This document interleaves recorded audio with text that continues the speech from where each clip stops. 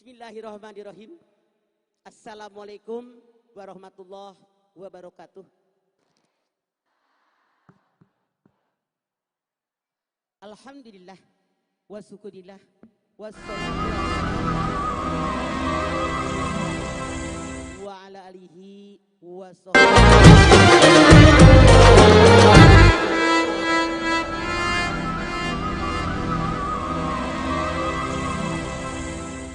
Profesor Abdul Somad. Nggak usah disebut panjangan ya.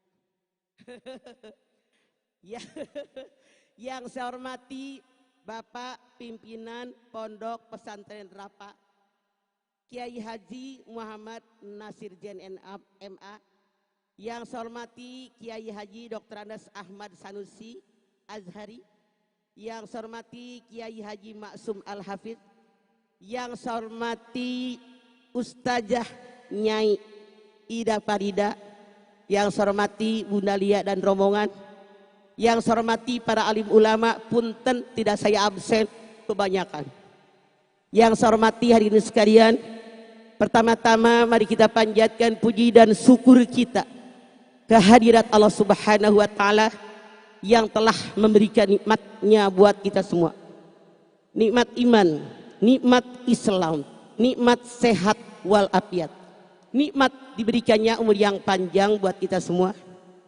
Alhamdulillah saat ini kita di atas, di bawah, di luar berkumpul di pesantren Rafa pimpinan Kiai Haji Nasir Zen.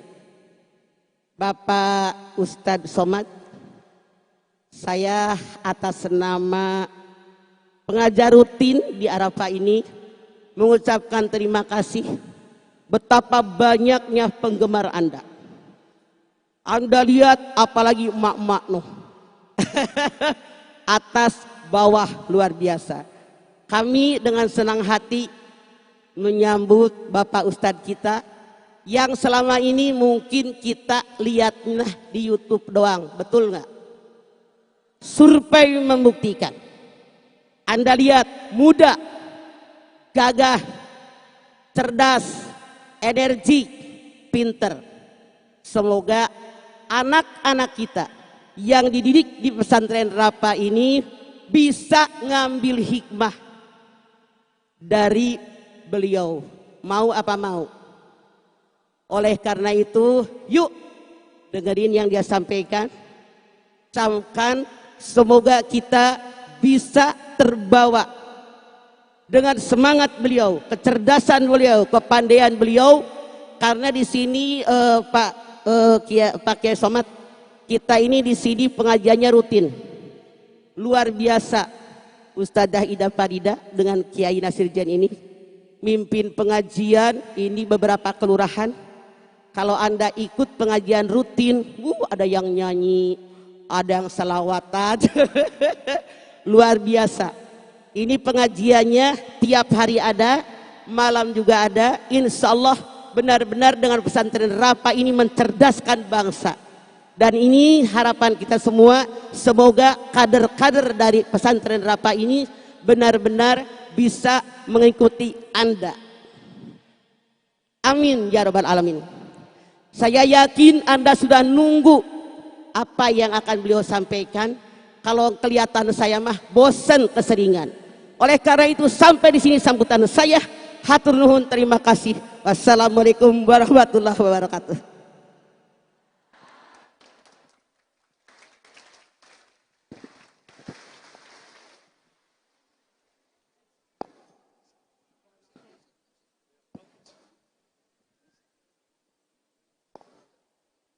Jazakumullahu khairan katsiran wa jazakumullahu ahsanal jaza. Tersirat rindu untuk dapat berjumpa. Sekian lama melihat di YouTube dan televisi. Telah hadir Tuan Guru di hadapan kita untuk dapat mengisi ruang hati. Tibalah kita pada acara inti siang hari ini, ceramah tabligh akbar yang akan disampaikan oleh Tuan Guru Kiai Haji Profesor Abdul Somad LC DSA PhD. Kepada Tuan Guru dengan segala hormat kami persilahkan. Mari kita sambut dengan takbir bersama. Allahu Akbar. Allahu Akbar. Allahu Akbar. برسول الله والبدوي ورجال من بني علوي سلكوا في المنهج النبوي برسول الله والبدوي. Bismillahirrahmanirrahim. Assalamualaikum warahmatullahi wabarakatuh.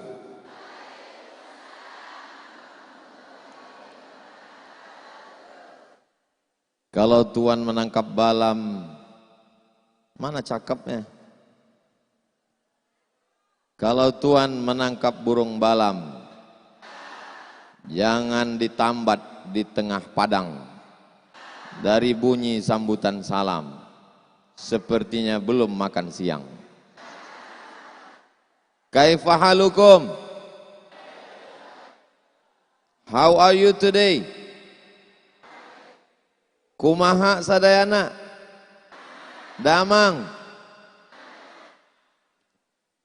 Kalau berkumpul semua ustadz-ustadz guru-guru kita ini, kira-kira siapa yang pertama disebutkan namanya untuk dihormati? Itulah yang bingung saya pikirkan tadi. Akhirnya hadis itu bahasa Arab artinya cerita. Cerita, ngomong-ngomong, ngobrol-ngobrol orang, selalu mereka sebut ladies first. Maka ladies first yang sama-sama kita hormati, guru kita Mama Dede.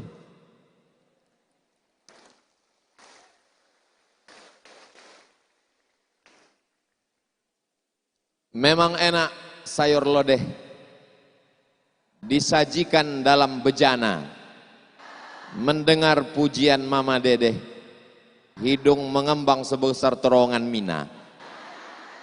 Beliau puji saya tadi melambung, saya sampai megang kursi, jangan sampai saya terbang melayang. Itu artinya beliau menganggap saya ini sebagai anak beliau. Jadi kalau tadi beliau mengatakan kepada ibu-ibu semua sudah bosan, saya sampai hari ini tetap nonton ceramah beliau di YouTube. Apa yang Ustaz ambil pelajaran dari Ustazah Mama Dede? Semangatnya nggak pernah turun, gasnya tinggi terus.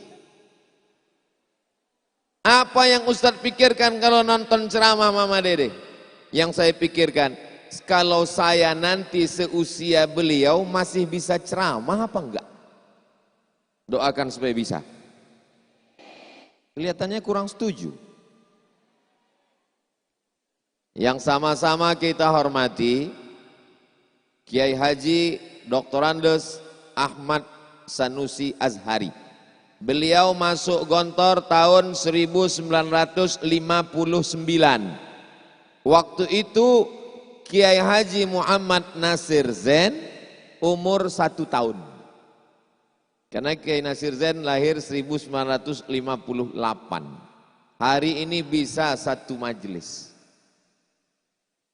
Waktu Kiai Muhammad Nasir Zain tamat Gontor 1977, saya baru lahir. 1977. Tiba-tiba saya didudukkan di tengah mereka. Bayangkan gimana groginya. Jadi kalau ditanya gimana perasaan Ustaz Somad hari ini? Saya merasa hari ini seperti peserta dacil yang dinilai dari 3 sisi. Mudah-mudahan selesai pengajian ini mereka tidak menyerahkan nilai ke dewan juri. Apapun yang terjadi, maka pertemuan kita hari ini sudah dituliskan di Lauhil Mahfuz. Lawijtamatil ummatu, seandainya seluruh manusia berkumpul, ala ayyadurruka bisyai'in, ingin memudaratkanmu, membunuhmu, membulimu, mencaci makimu, membatalkan pengajianmu, la yadurruka, mereka tidak akan mampu illa bi syai'in qad kataballahu alaik, melainkan sudah dituliskan Allah Subhanahu wa taala. Walau ijtama'u, seandainya manusia berkumpul, ala an yanfa'uka. Sorban baru ini bawaannya mau jatuh aja.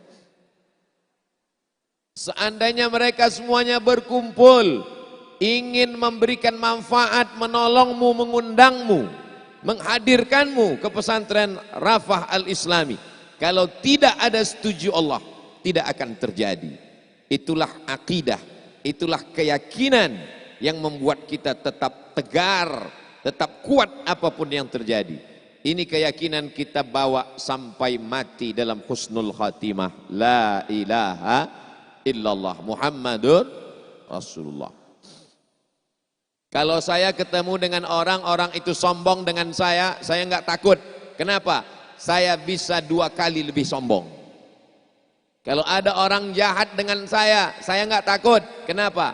Saya bisa lebih jahat dari dia. Tapi saya dengan Kiai Haji Muhammad Nasir Zain, saya tertawan dengan akhlaknya. Saya tertawan dengan budi pekerti, keluhuran, kemuliaan, moral, etika yang diajarkannya.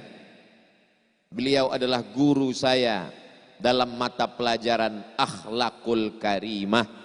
Dia tidak pernah mengajarkan definisi akhlak menurut etimologi, menurut terminologi, menurut Imam Abu Amin Al-Ghazali dalam Ihya Ulumuddin, menurut Imam Ibnu Maskawih dalam Tahzibul Akhlak, menurut Imam Abu Talib Al-Makki dalam Qut Al-Qulub. Tapi dia langsung menunjukkan akhlak kepada saya. Walaupun jarak usia antara kami seperti ayah dan anak, tapi akhlak yang diajarkannya luar biasa. Mudah-mudahan saya dan kami semua santri-santri bisa meniru akhlak beliau, pewaris para nabi, bisa meniru akhlak Rasulullah sallallahu alaihi wasallam. Bapak-bapak, ibu-ibu, hadirin hadirat, tak dapat saya sebutkan satu persatu. Ada Bunda Lia, dulu beliau selalu mengundang saya ke rumah beliau, ke majelis beliau. Lama sudah tidak ketemu. Tak bisa saya sebutkan satu persatu, karena kalau saya sebutkan bisa berakhir sampai azan maghrib. Bapak-bapak, ibu-ibu, hadirin hadirat, muslimin muslimat, mukminin mukminat yang belum kawin dan belum sunat, semuanya insya Allah dimuliakan Allah Subhanahu wa ta'ala. Amin ya rabbal alamin. Pada kesempatan kali ini saya ingin menyampaikan beberapa poin. Saya ringkas dalam 5 poin. Kenapa Ustaz Somad itu kalau ceramah selalu pakai poin-poin? Kenapa nggak ngomong aja terus? Yang pertama, saya dulu waktu kuliah suka nulis.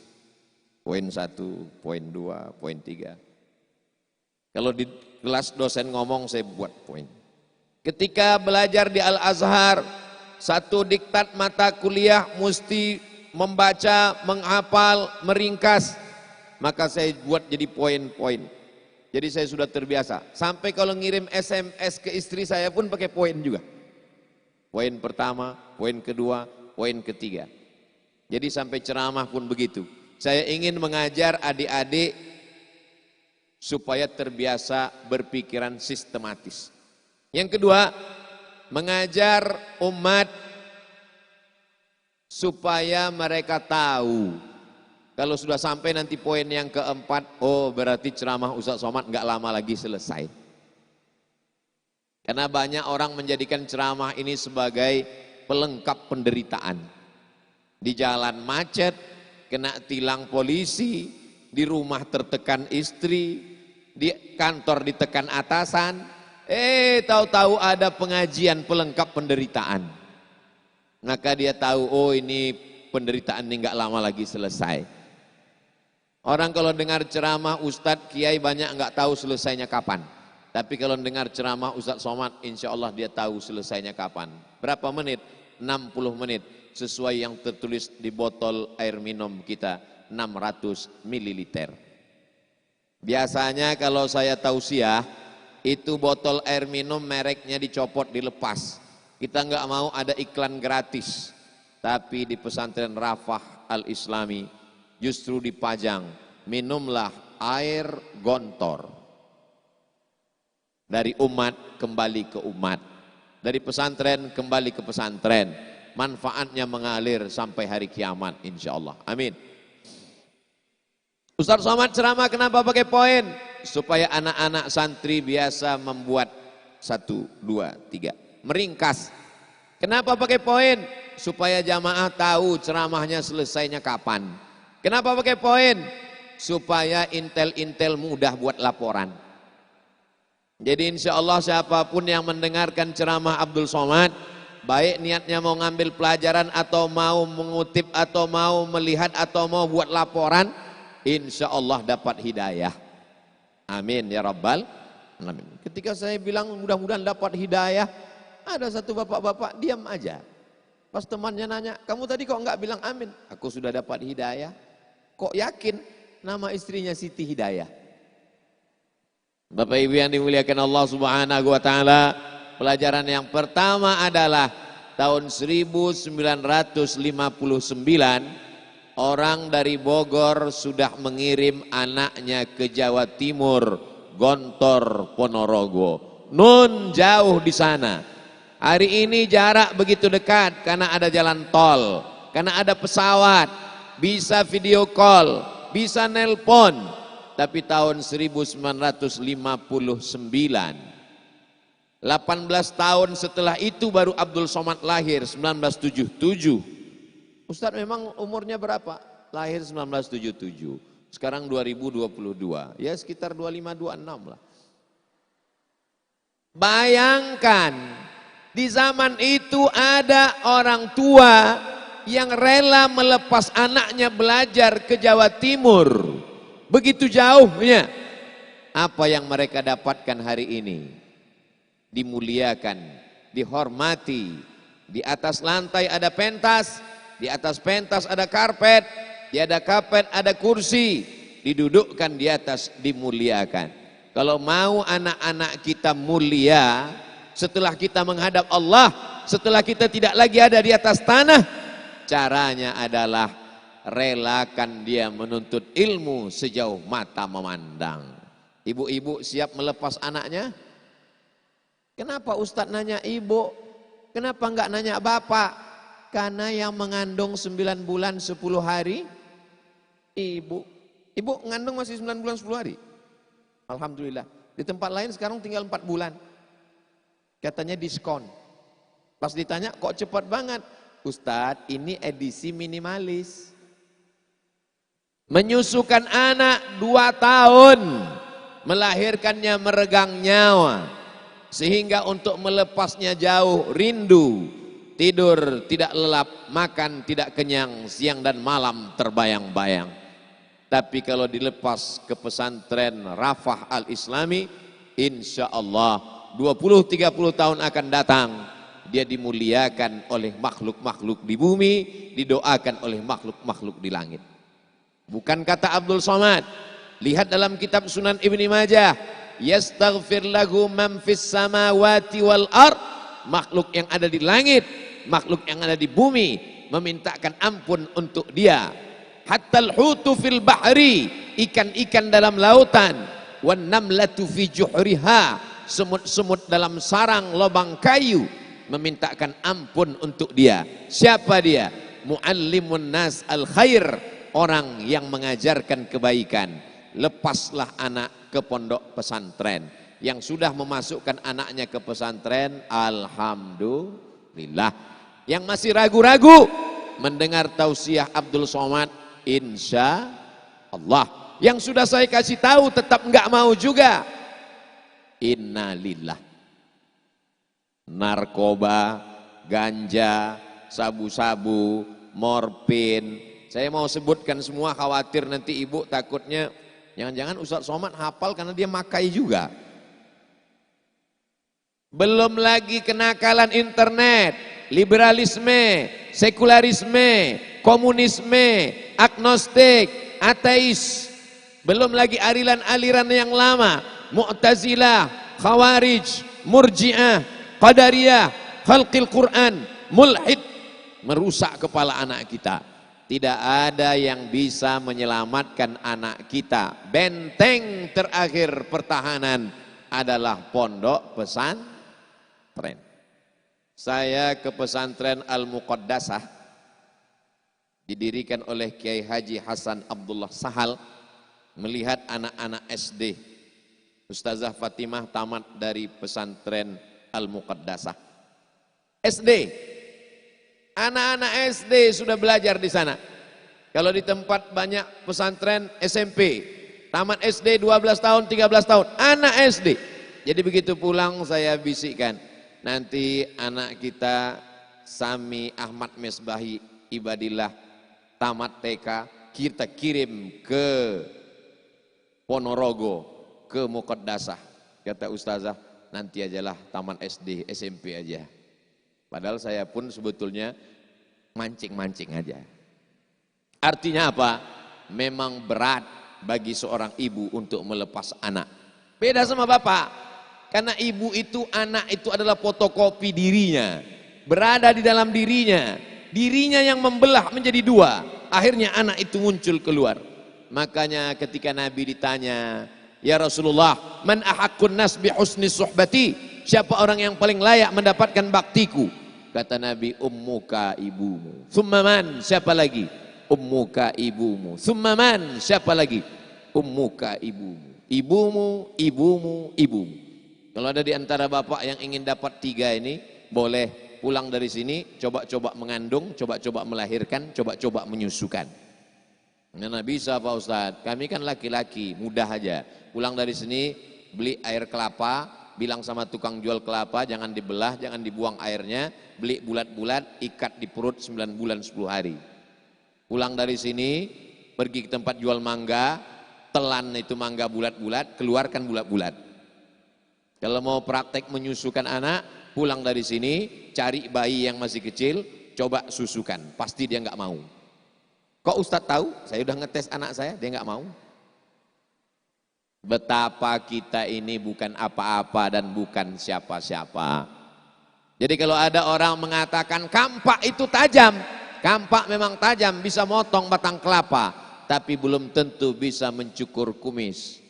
Silet itu tajam, memang betul dia tajam, bisa mencukur, tapi belum tentu bisa memotong batang kelapa. Semua sudah ada bidangnya masing-masing. Saya insya Allah kalau disuruh tablik akbar di stadion Tanah Lapang, insya Allah nggak takbur, siap.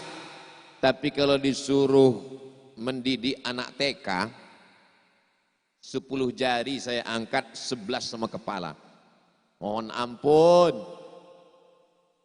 Memangnya Ustadz tahu dari mana sulit? Saya kan pernah diundang di TK. Berikut ini mari kita dengarkan tausiah yang akan disampaikan oleh Tuan Guru Abdul Somad dan seterusnya. Enggak ada yang peduli itu anak TK. Sudah 5 menit saya ngomong, mereka lebih kuat suaranya. Lama-lama saya yang pucat. Akhirnya Allah kasih ilham ke kepala saya. Panggil pawangnya, panggil pawangnya. Saya panggil pawang. Ibu kepala sekolah, tolong tenangkan buaya-buaya liar ini. Datang kepala sekolah, anak-anak bisa lihat ibu sebentar, kecil aja gurunya. Langsung mereka diam. Ternyata begitu Allah memberikan kemuliaan. Begitu juga dengan anak-anak ini. Bapak boleh dokter spesialis, ibu boleh pengacara hebat, bapak boleh tentara bintang 4, bapak boleh jenderal polisi. Tapi untuk mendidik anak belum tentu bisa. Maka serahkan ke pondok pesantren. Siap ibu menyerahkan ke pesantren? Kalau menyerahkan ke pesantren, jangan tinggalkan dengan tetesan air mata. Berikan dia semangat yang kuat. Aku meletakkan kamu ke pesantren ini biar kamu berpegang dengan Quran dan Sunnah, mengikuti Rasulullah, Ahlus Sunnah wal Jamaah, istiqamah, mati husnul khatimah, semangat nak. Begitu. Ini ibu-ibu melepas anaknya di pesantren dengan derai air mata. Jangan heran kalau anaknya nangis terus. Jadi gimana Pak Ustadz? Tahan itu air mata. Tahan sejenak. Nanti setelah keluar dari pagar pesantren Rafah Al-Islami, kalau mau nangis pas belok kanan udah ketemu pohon sawit, nangislah di situ. Bapak Ibu yang dimuliakan Allah Subhanahu wa taala. Alhamdulillah Ustaz Somad, anak saya sudah saya masukkan ke pesantren Rafah Al-Islami. Jengoknya berapa bulan sekali, Bu? 3 kali. Sekali pagi, sekali sore, sekali malam. Gimana ceritanya? Saya pesantren di Medan, Sumatera Utara. Orang tua saya di Riau. Naik bis 12 jam baru sampai. Jam 5 sore dari Pekanbaru Riau, jam 5 subuh baru sampai di Medan. 12 jam perjalanan. Setahun sekali dia menjenguk saya. Dikirimnya ke Mesir tahun 98, tahun 2002 baru pulang. 4 tahun nggak pulang-pulang. Sampai terlintas di pikiran saya, jangan-jangan saya ini anak adopsi. Setelah pulang, saya keluarga tidak banyak. Saya anak pertama laki-laki. Adik saya nomor 2 laki-laki. Kami cuma 2, buah hati belayan jiwa. Tak mungkin rasanya saya dibuang jauh.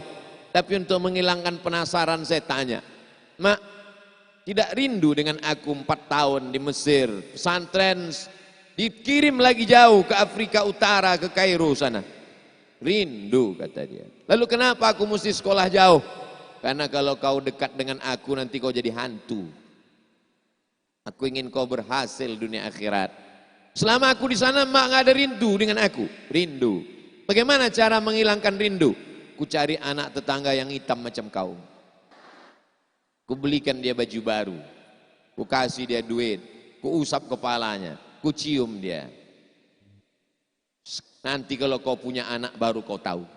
Betul. Sekarang baru saya paham. Rindu dengan anak, kita lihat anak orang yang mirip, terobati hati kita. Rindu kita dengan emak, kita lihat emak-emak yang tua, terobati hati kita. Melihat ibu-ibu seperti ibu kita, enggak apa-apa. Melihat anak orang seperti anak kita, enggak apa-apa. Asal jangan melihat istri orang seperti istri kita, bahaya. Saudara yang dimuliakan Allah Subhanahu wa taala, ini pelajaran yang pertama, kirimlah anak ke pondok pesantren. Insya Allah dia dimuliakan Allah di bumi dan disanjung oleh para malaikat, dibanggakan Allah Subhanahu wa taala. Poin yang kedua, apa yang Ustadz rasakan di atas ini? Ada mama dede, ada ulama, ada kiai, ada TNI, ada Polri, ada babak babinsa, ada santri. Gimana perasaan Ustadz bisa berada di tengah mereka ini?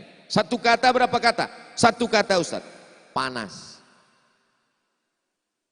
Enggak, AC-nya hidup, tenang. Mungkin karena grogi ini panas. Yang kedua, tadi Kiai Haji Muhammad Nasir Zain MA berkata, untuk para wakif yang mewakafkan tanahnya, untuk para wakif mutabarrik yang sudah menyumbangkan hartanya, beliau tak sebutkan namanya. Pesantren berdiri tahun 1998, betul Kiai? 1999. 97 dibangun, operasional 99. Saya sebut antara keduanya 98. Artinya sekarang sudah berjalan 25 tahun, 1/4 abad.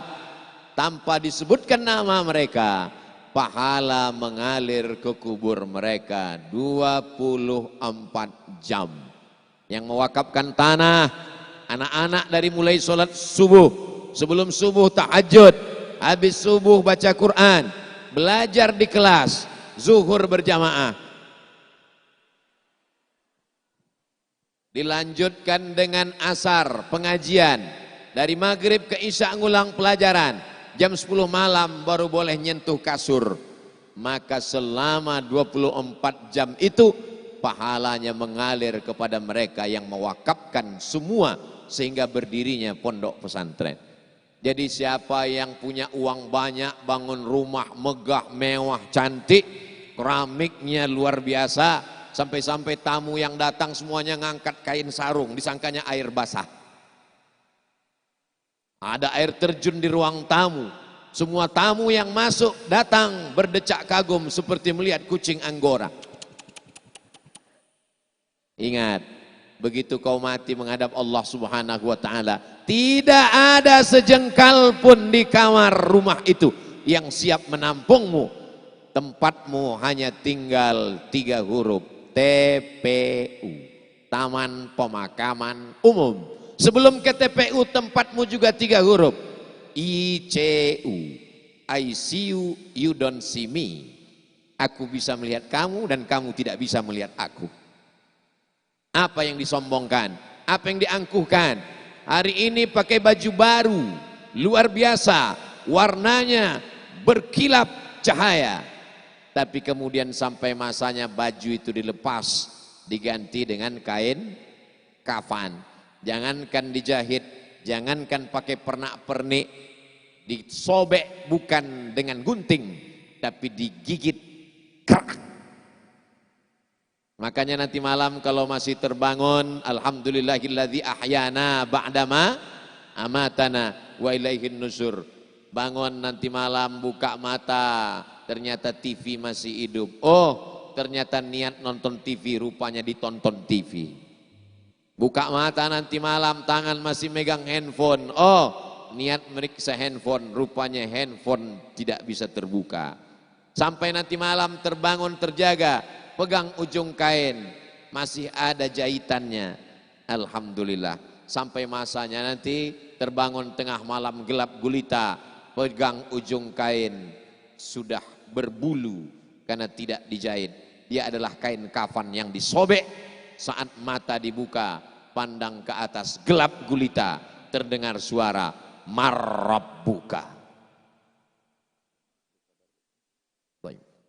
Saat itulah tak ada lagi gunanya harta. Kemana cincin, gelang, rantai, subang, anting, emas, gelang kaki? Semuanya tinggal di rumah, diambil bapak untuk modal buka usaha. Astagfirullah. Enggak boleh suuzon, Bu. Walaupun kenyataannya memang demikian. Tapi cincin, kadang orang ini dapat gaji 13, beli cincin. Dapat SPPD keluar kota, beli cincin. Dapat bonus, beli cincin. Beli kangkung 2 ikat, nunjuk cincinnya 3 jari. Berapa ya?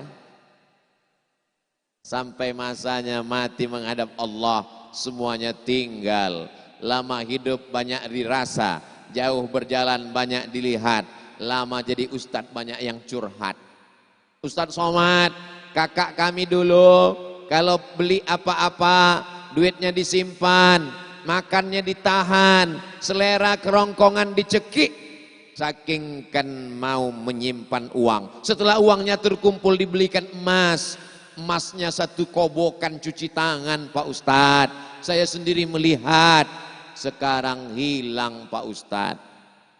Tapi kalau cincin itu dibelikan ke tanah, dibelikan ke kelas, dibelikan ke ruang serbaguna, dibelikan ke perpustakaan, dibelikan ke masjid, itulah yang kekal abadi sampai hari kiamat. Betul? Biasa kalau saya ngomong begitu, langsung kotak-kotak berjalan dan ibu-ibu langsung melepas cincin-cincinnya dan gelang-gelangnya, rantai-rantainya. Begitu dibawa ke toko emas, langsung diperiksa, ayah imitasi lah. Saudaraku yang dimuliakan Allah Subhanahu wa taala. Biasanya kalau saya tausiah di tanah lapang di stadion, itu langsung tim relawan datang membawa sorban, membawa kotak. Tapi di Rafah Al-Islami tidak ada sorban yang digelar, tidak ada kotak yang disebar, tidak ada kresek yang menampung duit. Kenapa? Karena di Rafah Al-Islami sumbangan langsung ke nomor rekening berikut ini. Oh, enggak ada nomor rekening. Yang ada Ibu Ustazah Hajah Dede Roshidah SAG, Mama Dede. Ibu Nyai Hajah Ida Farida, Ketua Majelis Ta'lim Ummahat Rafah. Kiai Haji Muhammad Nasir Zain MA, Pimpinan Pondok Pesantren. Kiai Haji Dr. Anus Ahmad Sanusi Azhari, Tokoh Ulama Bogor, mantan Ketua MUI Kabupaten Bogor 2 periode, mantan Ketua Dewan Penasihat MUI Kabupaten Bogor. Saya cuma mau ngasih tahu foto saya dibuat paling besar. Kenapa? Karena saya paling kurus. Kalau fotonya sama kelihatan kecil, maka dibuat besar. Begitu cara santri membahagiakan Ustadz Somad. Saudaraku yang dimuliakan Allah Subhanahu wa taala, perlunya dibuat QRIS, QRIS, lengkap dengan kotak-kotak, sehingga orang nyumbang nggak perlu lagi keluar dompet, tinggal dia cari langsung QRIS, langsung Rafah Al-Islami, enter, pencet, pilihan Anda ingin masuk surga Jannatul Firdaus 100 juta, langsung. Ingin masuk surga tapi transit di neraka dulu 2000. Ada semuanya. Saya nggak nyuruh, saya nggak ada maksa, saya nggak ada mendikte orang. Sudah sedekah berapa? Ngasih apa? Nggak ada. Saya cuma bacakan hadisnya ada. Hadisnya dalam Sahih Al-Bukhari. Apa kata malaikat? Allahumma ati munfiqan khalafa. Orang yang bersedekah, berilah dia ganti ya Allah. Tanpa diaminkan doa itu makbul, karena itu doa malaikat. Tapi Allah adil, untuk yang nggak mau sedekah dikirim juga satu malaikat lagi. Malaikat doakan. Apa kata malaikat mendoakan orang yang nggak mau sedekah? Allahumma ati mumsikan talafa. Yang nggak mau sedekah, berilah mereka kebinasaan. Berawal dari sendal hilang, lama-lama helm hilang, jemuran hilang, akhirnya suami hilang diradikan pelakor. Saya nggak ada nakut-nakuti, cuman buat perenungan aja nanti pulang. Saudaraku yang dimuliakan Allah Subhanahu wa taala, apa yang kita berikan saat ini, itulah yang akan kita petik nanti ketika mati menghadap Allah Subhanahu wa taala. Hidup ini cuma mimpi. Kata Sayyidina Ali, an-nasu niyam. Manusia ini semuanya mimpi. Mimpi jadi orang kaya, mimpi jadi orang terkenal, mimpi jadi artis, mimpi. Falamma matu intabahu. Ketika mereka mati, barulah mereka sadar. Ternyata rumah hanyalah tempat numpang sementara malaikat maut datang. Cincin, gelang, rantai, emas berkeping, hanya numpang di dalam kotak kayu, kotak besi dalam lemari. Uang hanya numpang di rekening. Setelah itu kita pun mati menghadap Allah. Belum pernah saya lihat orang Islam mati bawa kartu ATM. Semuanya tinggal, hanya kenangan. Pernah jadi orang kaya, pernah jadi pejabat, pernah jadi orang terkenal. Mati menghadap Allah tidak membawa apa-apa. Hanya 2 meter kali 1 meter dalam setinggi tegak. Itulah yang akan menjadi bekal menghadap Allah Subhanahu wa ta'ala. Karena saya lihat di pesantren Rafah ini tidak pakai kotak. Saya minta relawan 4 orang anak muda yang ganteng-ganteng maju ke depan. Dalam hitungan 4, 1, 2, 3, 4. Masya Allah, inilah calon menantu masa depan. Hah? Masya Allah. Akyas, baik. Yang punya plastik, yang punya kresek, sebarkan ke ibu-ibu. Ke bapak-bapak jangan. Memang mereka yang kerja, tapi dompet dipegang ibu-ibu. Untuk anak muda, tanpa mengurangi hormat atas hadiah sorban dari kiai.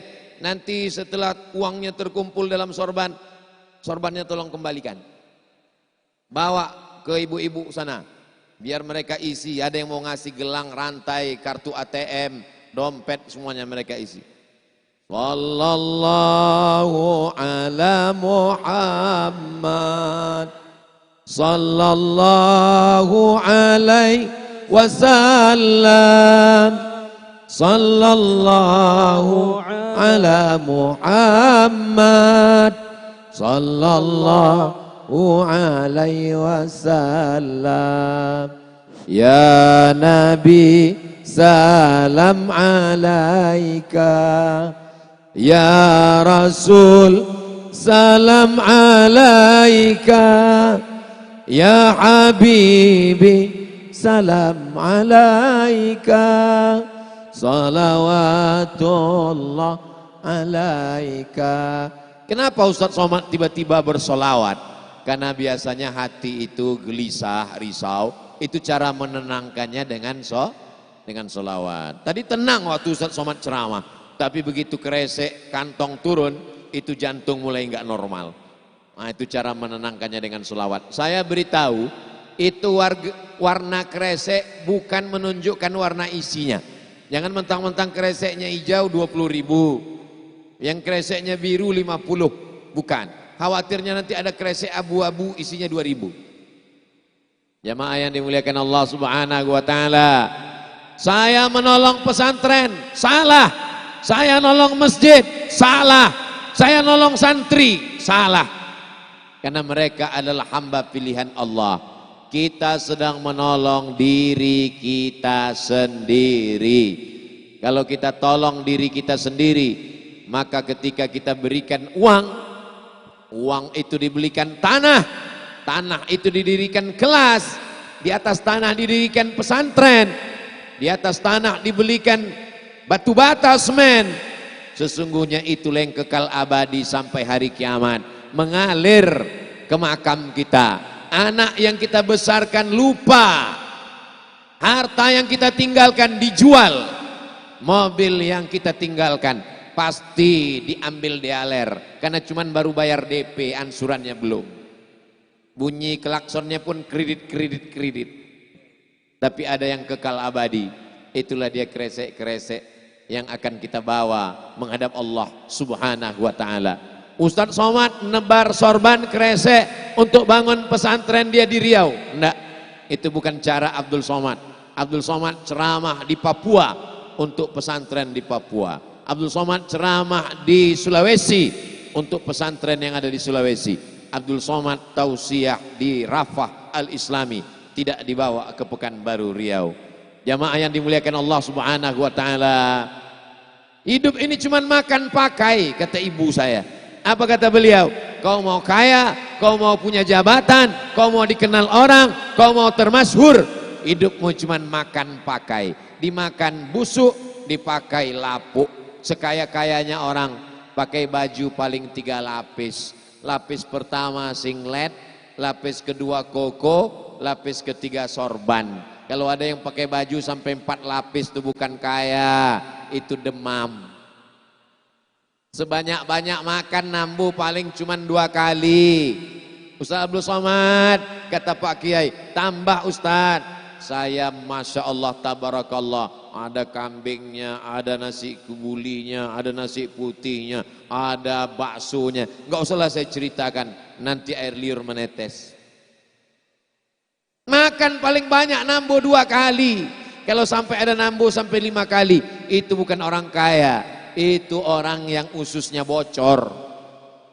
Makan pakai, ma'akal tafa'afnaita yang kau makan busuk, wa malabista fa'ablaita yang kau pakai lapuk, wa mata sodakta yang kau wakafkan, itulah yang akan menjadi bekal untuk hari esok menghadap Allah Subhanahu wa taala. Orang-orang mati itu, jenazah-jenazah yang dalam liang lahat itu, kalau ditanya oleh malaikat, hai jenazah-jenazah, apakah kamu masih mau hidup? Ada juga yang nyaut. Apa kata jenazah? Laula akhartani ila ajalin qarib. Ya Allah, berikanlah aku hidup walaupun sebentar. Kalau kau hidup sebentar, kalau aku kasih waktu sebentar, kamu apa kata Allah? Apa kata jenazah? Fa as-saddaqa. Kalau kau kasih aku hidup sebentar, aku mau bersodakoh. Kok solawat? Solawat bagus, solat bagus, tapi orang mati itu kalau ditanya mau hidup lagi, mau apa? Fa'as-sodakoh, mau bersodakoh. Kenapa mereka mau bersodakoh? Karena pahala sodakoh mereka dapatkan di liang lahat. Begitu anak menantu keluarga kawan sahabat semuanya pulang, sodakoh mulai mengalir. Pagi, petang, siang, malam, sore, anak-anak sholat subuh, zuhur, asar, maghrib, isya, tahajud, witir, doa, baca Quran, belajar di kelas, sampai tidur di asrama. Tidurnya pun bernilai ibadah. Bismika Allahumma ahya wa amut. Tolong jangan dibaca, karena banyak di pengajian dibaca langsung tertidur. Jamaah yang dimuliakan Allah Subhanahu wa taala. Abdul Somad hanya ingin mengingatkan, jangan sampai nanti mati ketika ditanya malaikat, kenapa tidak bersedekah? karena Abdul Somad waktu ceramah nggak ada mengingatkan sedekah sama sekali. Abdul Somad hanya cerita tentang mati. Abdul Somad hanya cerita tentang husnul khatimah. Abdul Somad hanya cerita tentang istiqamah. Jamaah yang dimuliakan Allah Subhanahu wa taala, sampai masanya ini akan berakhir semua. Saya mulai tausiah jam 2:30. Sekarang sudah jam 3:15. Padahal yang disampaikan baru udah 4 kata jamaah. Yang disampaikan baru 2. Yang ketiga, kata Mama Dedeh tadi, ini ada pengajian rutin dan yang ngisi pengajian Mama Dedeh. Yang ngisi keluar dari pesantren, ketemu dengan ibu-ibu, belum lagi jauh dari pesantren, baru keluar pintu gerbang pesantren, sudah ketemu ibu-ibu pakai baju you can see. You kamu can bisa si melihat. Kamu bisa melihat ketiak saya. Mohon maaf. Ini yang saya ceritakan ini fakta apa hoax? Fakta. Pesantren seperti mohon maaf, beribu maaf, kebun binatang di tengah kota. Di tengah kampung ada santri, ada kiai, ada pesantren. Tapi masyarakat sekitar tidak mendapatkan nikmatnya menuntut ilmu. Beda dengan Rafah Al-Islami. Masyarakat sekeliling mendapatkan kajian tausiah dari para ustazah. Ada masalah-masalah yang malu ditanyakan ke Ustadz Somad. Kalau ke Ustadz yang laki-laki kami segan. Perlu ada ustazah perempuan. Ada Mama Dede, ada Ibu Nyai. Tidak ada kata untuk enggak ngaji. Kami mau ngaji ustadznya laki-laki. Ada kiai, ada Pak Kiai. Kami mau ngaji ustadznya perempuan. Ada ustazah.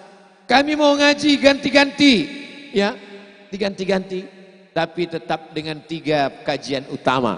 Yang pertama akidah Ahlus Sunnah wal wujud qidam baqa mukhalafatu lil hawadisi qiyamuhu binafsihi wahdaniyah qudrat iradat. Saya dapat WhatsApp, dikirimin link sama jamaah. Katanya ada artis ngelihat Tuhan di langit warnanya hitam. Ini nggak ngaji wujud qidam baqa. Kalau dia ngaji wujud qidam baqa, cukup dengan satu kata, terbantahkan tentang Tuhan duduk di langit warnanya hitam. Dengan yang mana? Terbantah dengan mukhalafatuhu lil hawadis. Allah itu berbeda dengan makhluk. Duduk hitam di langit itu makhluk. Siapa itu yang duduk hitam di langit? Abdul Somad naik pesawat, duduk hitam di langit. Itu makhluk. Ayatnya mana? Walam yakul lahu kufuwan ahad, laisa kamitslihi syai'un wa huwas samiul basir.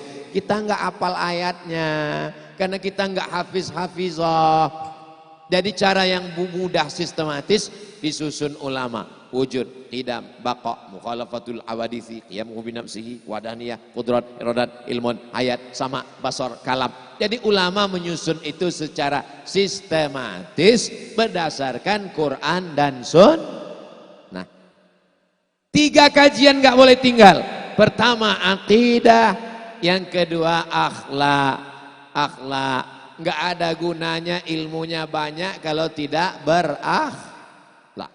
Ustadz Somad cerita akhlak, dia sendiri nggak berakhlak. Orang tua di bawah, dia sendiri duduk di atas. Orang tua di bawah, dia sendiri berdiri di atas. Saya berani berdiri kan karena disuruh kiai.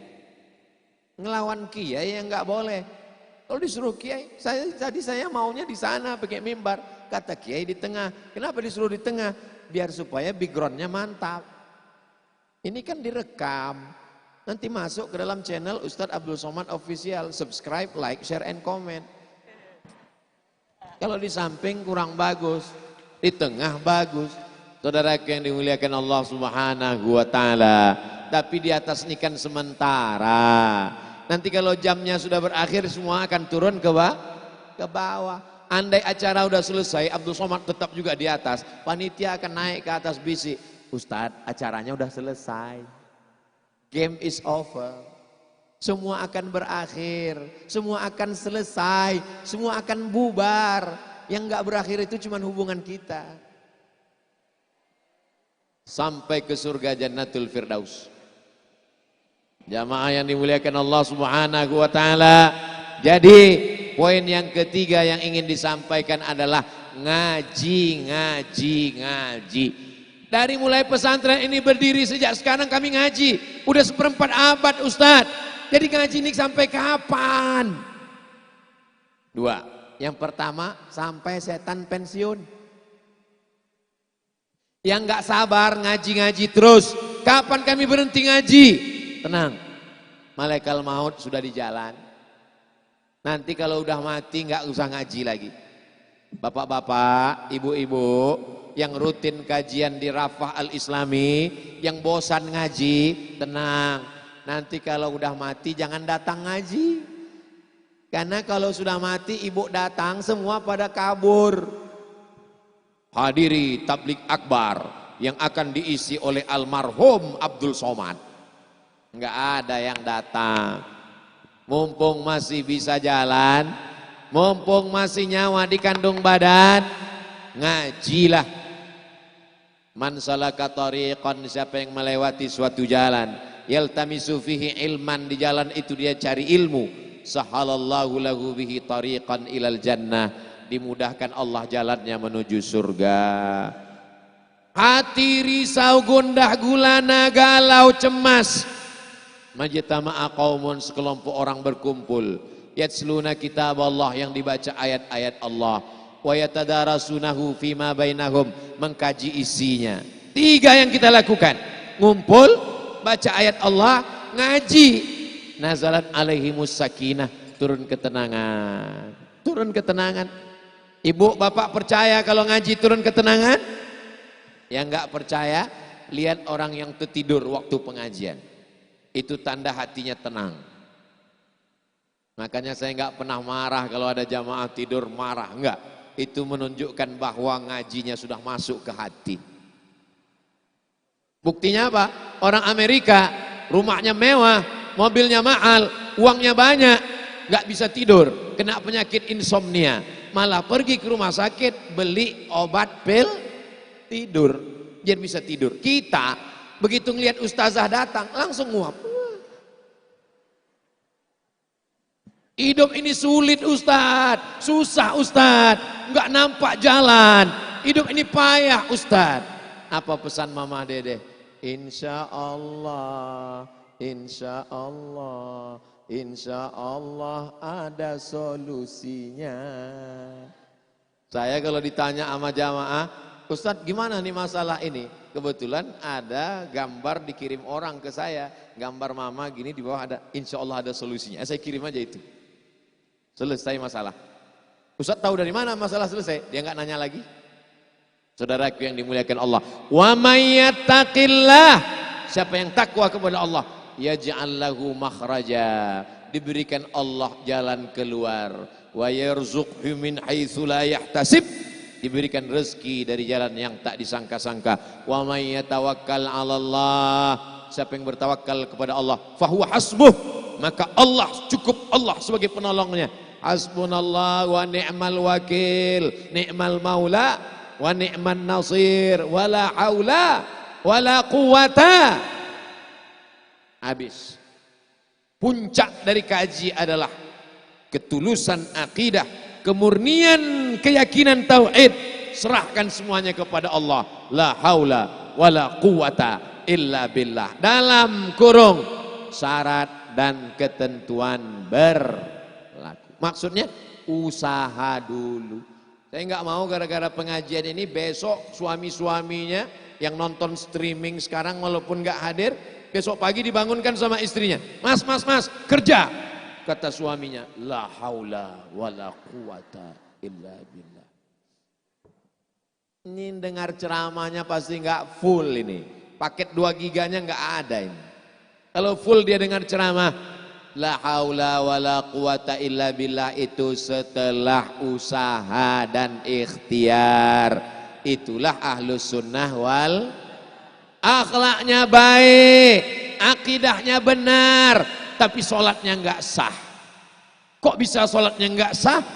Selesai sholat, assalamualaikum warahmatullah, assalamualaikum warahmatullah, gatal tangannya.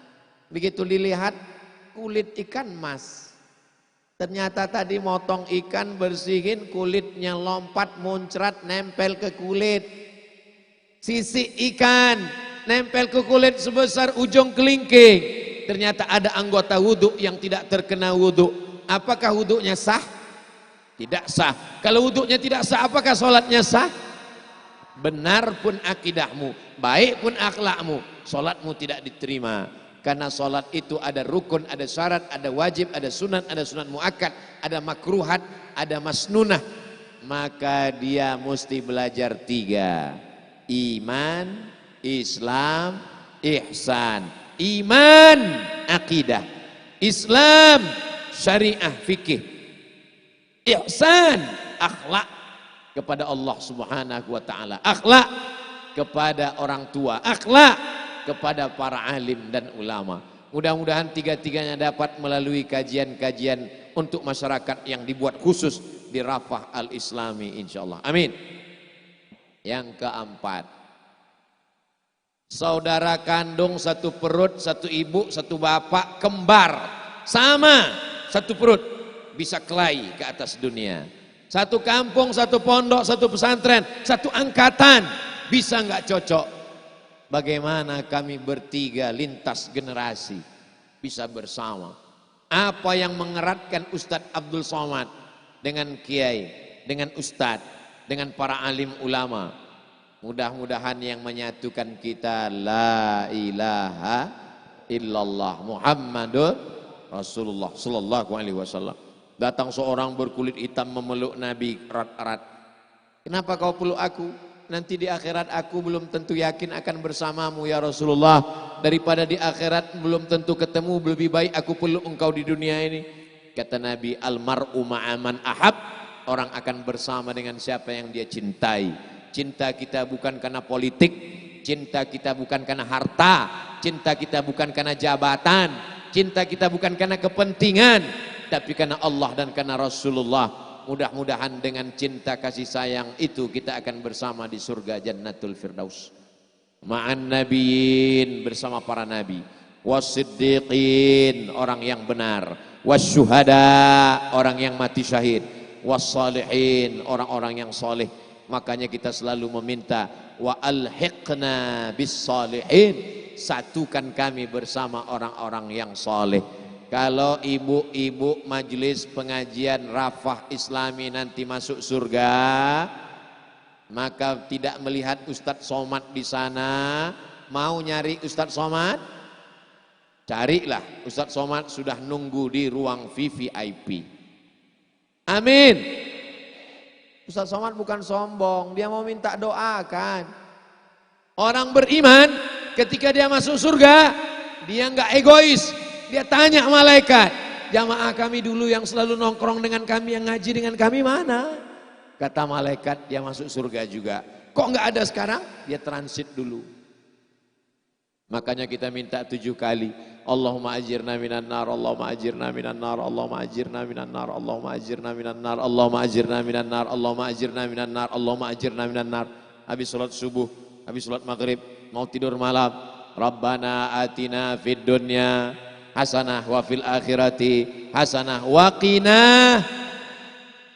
Kalau punya kiai yang menyelamatkan dari dosa, dekati. Kalau punya ustazah yang menyelamatkan dari ghibah, sayangi. Kalau punya pesantren yang ada majelis taklim buat kita jadi ngaji, datangi. Kalau punya anak-anak santri yang buat kita selamat dunia akhirat, sayangi. Tapi kalau ngaji hanya sekedar hafal dalil, hanya sekedar ngapal ayat, untuk berdebat, untuk kelahi, ingatlah di dalam hati yang keras akan ada angkuh dan sombong. la yadkhulul jannah, tak masuk surga. Man kana fi qalbihi, siapa yang dalam hatinya mithqala habbatin min khardalin min kibrin, ada sombong sebesar biji sawi. Kenapa kiai-kiai ini mau mendatangkan Abdul Somad? Padahal mereka sudah tamat gontor, Abdul Somad baru keluar ke alam dunia. Kalaulah mereka angkuh dan sombong, kiai itu ada Ustadz, siapa namanya? Ustadz Abdul Somad, dia belum lahir saya sudah jadi kiai. Mama dede, ya itu ada namanya Ustadz Abdul Somad. Dari mana? Dari Pulau Sumatera, Riau. Dia masih merangkak, saya sudah jadi ustazah. Mau-maunya mereka datang, mau-maunya mereka melihat Abdul Somad. Mereka sedang mengajarkan rendah hati. Dan saya nanti akan diuji ketika ada santri-santri yang ketika mereka baru belajar di pesantren, saya sudah jadi ustadz. Hari berganti musim berubah, saya tua. Maukah engkau duduk mendengarkan mereka, hai Abdul Somad? Jangan-jangan yang bangkit adalah keegoanmu, kesombonganmu, keangkuhanmu. Ingat Abdul Somad, kau tak masuk surga kalau dalam hatimu ada sombong sebesar biji sawi. Tadi saya sebelum masuk ke pesawat, keluarkan dompet, keluarkan handphone, keluarkan jam, cincin copot, masukkan ke kotak, lewatkan X-ray. Begitu lewat, masuk, tetap bunyi juga. Tet. Kenapa bunyi? Ada kunci belum. Tet. Kenapa bunyi? Ikat pinggang belum dicopot. Bayangkan kalau di akhirat nanti ada detektor, tapi bukan detektor logam, namanya detektor sombong. Begitu kita lewat, tet. Mohon maaf, sombongnya masih ada. Terus gimana malaikat? Neraka dulu. Alhamdulillah orang Jepang belum menemukan detektor angkuh, belum menemukan detektor takbur. Seandainya mereka menemukan detektor takbur seperti detektor logam, detektor itu dibeli oleh pesantren Rafah Al-Islami, dipasang di pintu masuk. Pas mau masuk tadi bunyi dia, tet, ada langsung running text-nya. Abdul Somad masih sombong 90%. Tiba-tiba ceramah tentang sombong. Jangan sombong. Jamaahnya senyum. Dikira senyum karena senang dengar ceramah. Ternyata yang sombong itu ente Abdul Somad. Doakan Abdul Somad supaya hilang sombongnya. Hilang angkuhnya. Dibersihkan hati. Selesai wudhu, wajah sudah bersih. Tangan sudah bersih. Kepala sudah bersih. Telinga sudah bersih. Kaki sudah bersih. Hati masih kotor. Allahumma ja'alni minat tawabin waj'alni minal mutatahhirin waj'alni min ibadikas. Yang terakhir, yang kelima. Apa kata Kiai Hasan Abdullah Sahal? Manusia ini berdoa, minta doakan, didoakan. Mendoakan, minta doakan, didoakan. Ustaz Somad bisa datang ke pesantren Rafah Islami. Da'watukum syekhna. Da'watukum artinya doakan saya syekh. Sampai. Kalau kita saling ketemu dalam doa insya Allah sampai. Saya enggak ketemu lagi dengan Bapak Ibu setelah ini. Saya akan pulang. Jadwal berikutnya hari Ahad sore pulang ke Riau. Setelah itu pergi ke Jambi. Setelah itu entah kemana lagi saya pun enggak ingat. Terserahlah Pak Ustaz, asal jangan ke alam barzah. Siapa tahu, tidak ada yang mengerti jadwal kita kemana. Betapa banyak jadwal di kepala kita ingin ke sana kemari. Rupanya yang paling dekat adalah liang lahat. Tapi insya Allah kita akan bersama dalam satu titik. Bersama dalam doa. Maukah Bapak Ibu kalau Abdul Somad mati mendoakan supaya masuk surga? Maukah mengirimkan Al-Fatihah? Ingat, jangan ada dusta di antara kita. Janji jamaah yang dimuliakan Allah Subhanahu wa taala, kita diajak oleh Kiai Muhammad Nasir Zain MA mendoakan orang yang berwakaf, mendoakan wali santri, mendoakan para santri supaya mereka istiqomah, dan setiap majelis pengajian pastilah mendoakan Ustadz Abdul Somad. Saya yakin sekali itu. Kiai mendoakan saya, santri-santri mendoakan, ibu-ibu majelis taklim pun mendoakan. Berbulan-bulan, berminggu-minggu mereka mendoakan. Ya Allah, sehatkan Ustaz Abdul Somad, panjangkan umurnya sampai tanggal 18 Agustus ya Allah, sampai sore kami bertemu di Rafah Al-Islami ya Allah. Adapun setelah itu terserah Engkau lah ya Allah. Semua kita serahkan kepada Allah. Pada akhirnya kita akan kembali inna lillahi wa inna ilaihi rajiun. Kalau ada yang bertanya, siapa tadi yang tausiah? Ustaz Somad. Apa aja yang dia sampaikan? 5 poin. Apa yang 5 itu? Aku nggak ingat lagi, tonton aja sendiri. Jamaah yang dimuliakan Allah Subhanahu wa taala, diingat baik, nggak diingat diamalkan lebih baik. Hanya sekedar dibicarakan jangan sampai. Siapa yang paling mulia? Yang ceramah, yang ngomong atau yang mendengar? Yang mendengar lebih ikhlas. Karena yang ceramah dilihat, diamalkan. Abdul Somad, boleh jadi kau dapat pahala bukan ceramahmu, tapi dapat pahala dari orang yang mengamalkan isi ceramahmu. Boleh jadi kau masuk surga bukan karena doamu, tapi dari doa orang-orang yang mencintaimu. Kalau saya mendoakan diri saya sendiri, penuh dengan kepentingan. Tapi kalau Bapak Ibu mendoakan saya, pastilah karena cinta kepada Allah. Mudah-mudahan kita semuanya bersama dalam doa, bersama dalam amal soleh, bersama dalam iman dan Islam, puncaknya bersama di surga bersama Rasulullah sallallahu alaihi wasallam. Itulah yang dapat disampaikan oleh Al-Faqir Abdul Somad. Yang baik datang dari Allah, yang tak baik dari hamba Allah yang dhaif. Mohon maaf banyak kata menyinggung perasaan tak berkenan di hati. Aqulu qauli hadza astaghfirullah li wa lakum. Terima kasih segala perhatian. Mohon maaf segala kesilapan dan kekhilafan. Wassalamualaikum warahmatullahi wabarakatuh. Maaf muskilah. Fadhal, silakan. Jazakumullahu khairan katsira wa jazakumullahu ahsanal jaza atas ilmu yang telah disampaikan kepada kita. Semoga kebermanfaatannya dapat kita rasakan bersama untuk bekal kehidupan di dunia maupun di akhirat. Amin ya rabbal alamin. Hadirin dan hadirat yang dimuliakan Allah Subhanahu wa taala.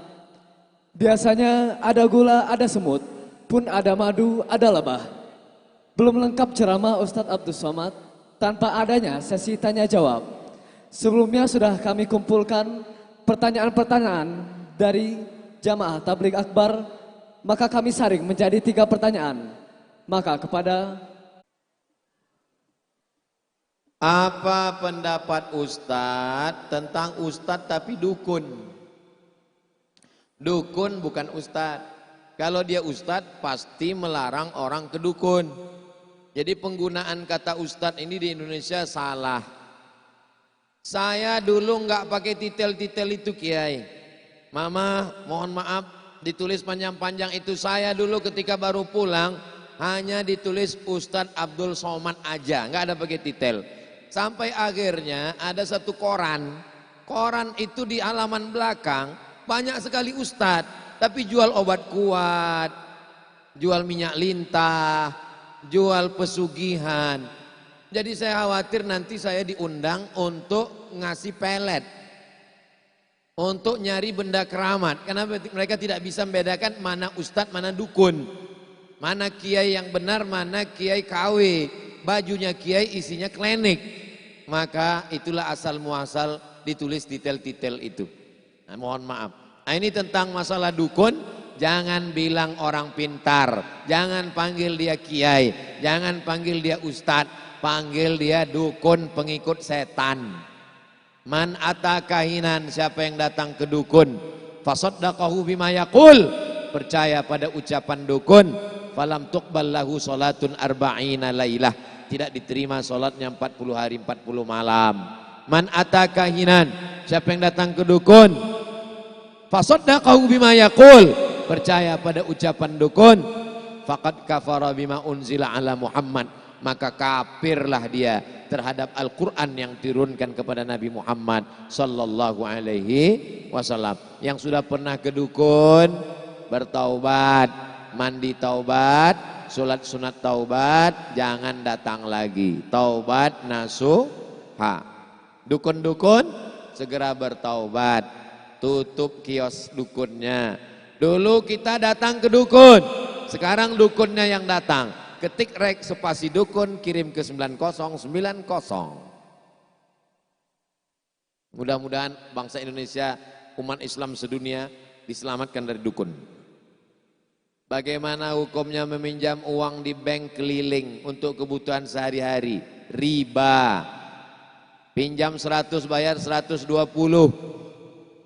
Segera berpindah ke bank syariah yang sudah ada fatwa DSN Dewan Syariah Nasional. Ada murabahah, ada mudharabah, ada wakalah, ada hiwalah, ada bagi hasil. Adapun konvensional, apakah bank keliling, apakah kredit, maka riba. Efek riba 5. Pertama, alladzina ya'kuluna riba, orang yang makan riba, la yaqumuna illa kama yaqumul ladzi yatakhabbathu syaitanu minal mas. Nanti bangkit di padang mahsyar, bangkit dari kubur seperti orang kerasukan setan kesambet. Yang kedua, rajulun as'as aghbar, ada orang rambutnya kusut berdebu, yamuddu yadaihi ilas sama, tangannya dia tengadahkan ke langit berdoa, ya Rabb, ya Rabb. Doanya tidak dikabulkan. Kenapa doanya tidak dikabulkan? Mat'amuhu haram, makanannya haram. Masrabuhu haram, minumannya haram. Malbasuhu haram, pakaiannya haram. Wa ghudhiya bil haram. Anak-anak istri yang enggak tahu apa-apa dikasih makan haram. Anna yustajabulah. Apakah mungkin doanya dikabulkan Allah? Doa tidak terkabul karena makan haram. 3. Uang riba diberikan ke beras, jadi nasi, dimakan. Setelah itu berubah menjadi setetes darah. Darahnya masuk ke jantung. Dari jantung menyembur ke otak. Otaknya kotor. Nasiyatin, kadhibatin, khati'ah. Ubun-ubun kotor, jahat, dosa. Gara-gara darah haram yang menyembur dari jantung ke otak. 4. Nasi dimakan jadi darah. Darah berubah jadi daging. Ayyuma lahmin nabata min haramin. Setiap daging di badan tumbuh dari yang haram, fannaru aulabih, tempatnya api neraka. Berat kamu 50 kilo, yang halal cuma 20 saja, yang 30 dari riba haram, dibersihkan dalam api neraka. Na'udzubillah. Yang terakhir, yang kelima, siapa yang tidak meninggalkan riba, fa'zanu biharbim minallah, berarti dia sudah mengumumkan perang dengan Allah. Perang dengan Rusia saja, Ukraina babak belur, apalagi perang dengan Allah Subhanahu wa taala. Mudah-mudahan Allah menyelamatkan kita dari riba. Kertas terakhir. Bagaimana solusinya kalau ingin betah di rumah tapi istri suka marah-marah? Kalau marahnya karena bapak enggak sholat, kalau marahnya karena bapak enggak pulang-pulang main gaple, kalau marahnya karena bapak enggak ke masjid, itu marah apa sayang? Ibu ingin masuk surga dengan bapak. Ibu ingin bapak terpelihara dari maksiat. Kalau dia nelpon lagi di mana, dengan siapa, pulang jam berapa, itu artinya dia masih cemburu. Kalau dia udah enggak ada cemburu, Bu, suaminya kemarin dilarikan pelakor, biar aja, masih ada gantinya. Itu yang paling mengerikan. Tapi kalau dia marah enggak tentu arah, dikit-dikit marah, mungkin kolesterolnya lagi naik. Mungkin habis makan kambing guling. Maka tinggal dibawa aja ke pengajian bersama ibu-ibu di majelis taklim. Insya Allah nanti Ibu Nyai dengan Mama Dede akan menasehati mereka. Watawasau bil haq watawasau bis-shabr. Jadi marah-marahnya lihat dulu, dia marah kenapa? Kalau marahnya karena niat baik, dinikmati aja, anggap aja radio rusak. Nanti bapak rindu kalau dia enggak marah. Kenapa? Karena marahnya mengandung makna nasihat. Karena marahnya. Nanti justru kalau dia udah enggak marah lagi, bapak nanya, kok enggak marah-marah lagi? Perasaan hari ini belum, enggak ngisi absen ya? Mudah-mudahan marah kita karena Allah, bencinya karena Allah, cintanya pun karena Allah. Begitu disebutkan dalam hadis Nabi, al-hubbu fillah wal bughdu lillah. Cinta karena Allah, marah pun juga karena Allah. Yang dikhawatirkan adalah cinta karena hawa nafsu, dan marah pun juga karena hawa nafsu. Mudah-mudahan Abdul Somad kalau dia marah kepada dukun, marah kepada qamar, marah kepada korupsi, marahnya karena Allah, karena ingin amar ma'ruf nahi mungkar. Itulah 3 pertanyaan, mudah-mudahan berkenan. Mohon maaf segala kekhilafan dan kesilapan. Aqulu qauli hadza astaghfirullah li wa lakum. Wassalamualaikum warahmatullahi wabarakatuh.